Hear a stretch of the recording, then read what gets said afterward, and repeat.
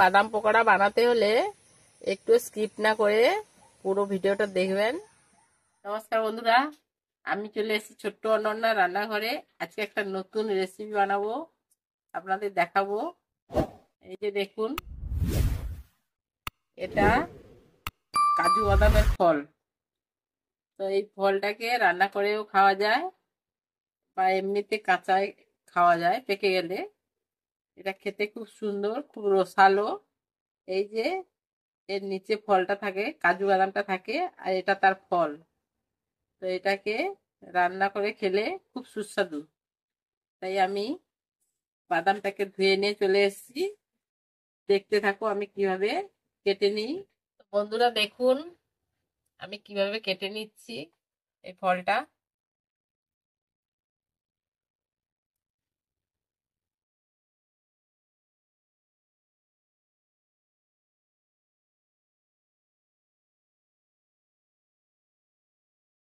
এইভাবে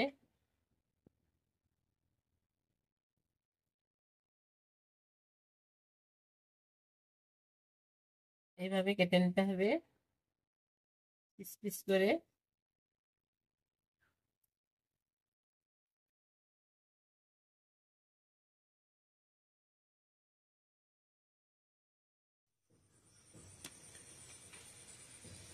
দেখুন বন্ধুরা, আমার কাজু বাদামের ফলগুলো কাটা হয়ে গেছে। এবারে আমি এইগুলোকে জলটা চিপড়ে নেব, যেহেতু রস প্রচুর পরিমাণে রস আছে। আমি যে রান্নাটা করব, জলটা না নিগড়ে নিলে ভালো হবে না রান্নাটা। এইভাবে আমি জলটা নিগড়ে নিচ্ছি, এইভাবে থাকবে।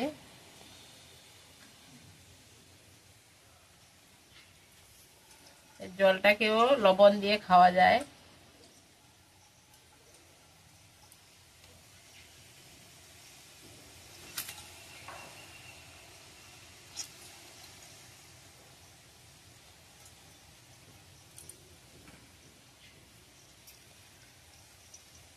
এইভাবে সবগুলো বাদামকে আমি জলটা নিংড়ে নেব। তো আমি এই ফলের জুসগুলো এইভাবে বের করেছি। কতটা জুস বের হয়েছে দেখুন। এই জুসটা লবণ দিয়ে খেতে ভালো লাগবে। তো এবারে এই জুসটা যদি থাকে, তো প্রচুর রস এই ফলটায়। তো আমি জুসটা নিংড়ে নিয়েছি। তারপরে যে রান্নাটা করব দেখতে থাকো। তো বন্ধুরা আমি রান্না জায়গায় চলে এসেছি। এই যে উনুন ধরিয়ে দিয়েছি। এবারে আমি কড়াইতে তেল দিয়ে দেব।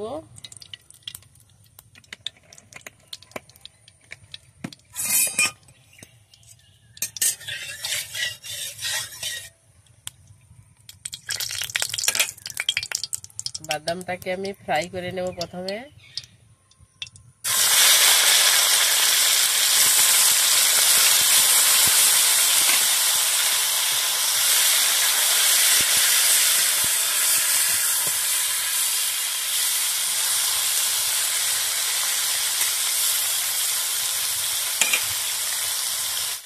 পরিমাণ মতো লবণ দিয়ে দিলাম,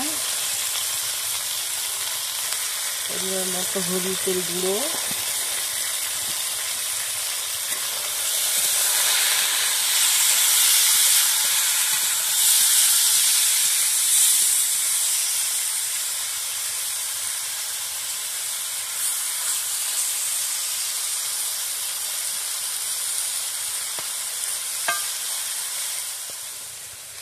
ঘন ঘন এরকম ভাবে নাড়াচাড়া করতে হবে, না হলে লেগে যাবে।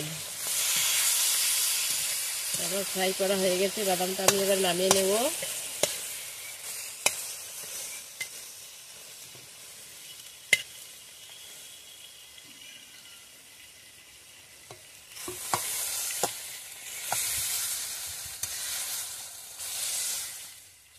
এবারে আমি মশলাটা রেডি করে নিচ্ছি।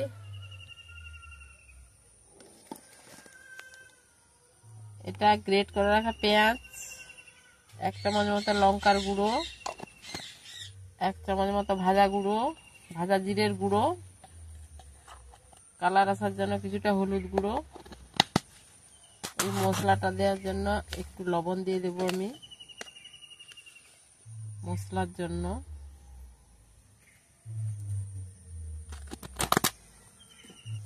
এবারে আমি মেখে নেব।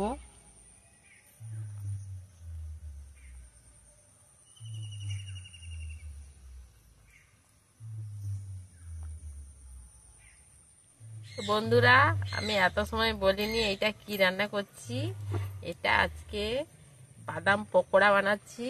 দেখুন এই যে মশলাগুলো, সবগুলো মশলা, আমি মশলাগুলোকে ফ্রাই করা বাদামের সঙ্গে আমি মেখে নিচ্ছি।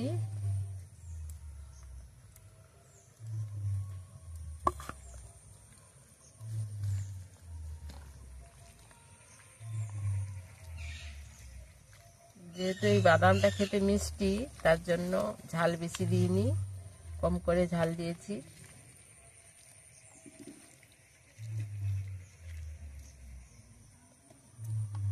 এবারে বেসনটাকে ব্যাটার করে নিয়েছি। এইভাবে মোটা করে ব্যাটার থাকবে। আর নিয়ে নিয়েছি মুড়ির গুঁড়ো। এবারে দেখতে থাকো কিভাবে বানাচ্ছি। মুড়ির গুঁড়োর সঙ্গে মেখে নিচ্ছি এইভাবে এইভাবে।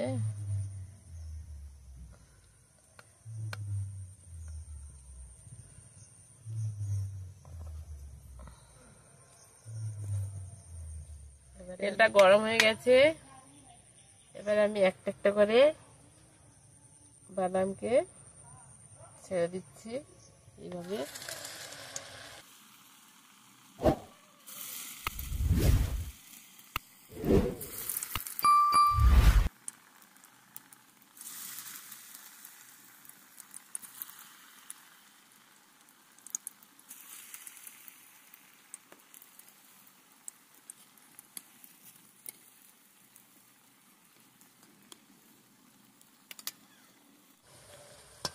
এবার আমি নামিয়ে নিচ্ছি, যেহেতু আর একবার করে ভাজবো, তবে খেতে ভালো লাগবে, মুচমুচে লাগবে।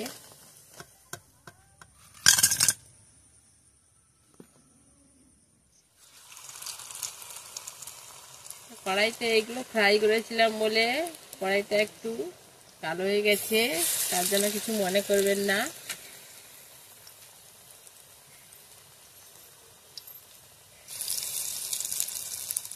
তো বন্ধুরা দেখুন, আমার সবগুলো বাদাম ভাজা হয়ে গেছে। এবারে আমি আরেকবার ভেজে নেব। একটু দেখতে থাকো। সবগুলো আমি একসঙ্গে দিয়ে দিচ্ছি।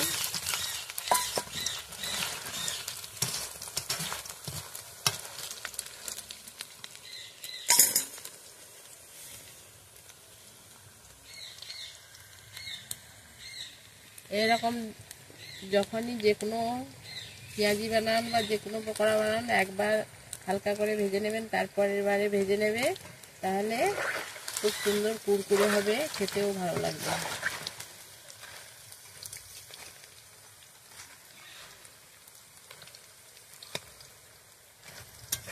তো বন্ধুরা দেখে নিন, এই যে কত সুন্দর লাল লাল হয়ে গেছে। এবার আমি তুলে নেব। খুব সুন্দরভাবে হয়েছে, খুব মুচমুচে হয়েছে। দেখুন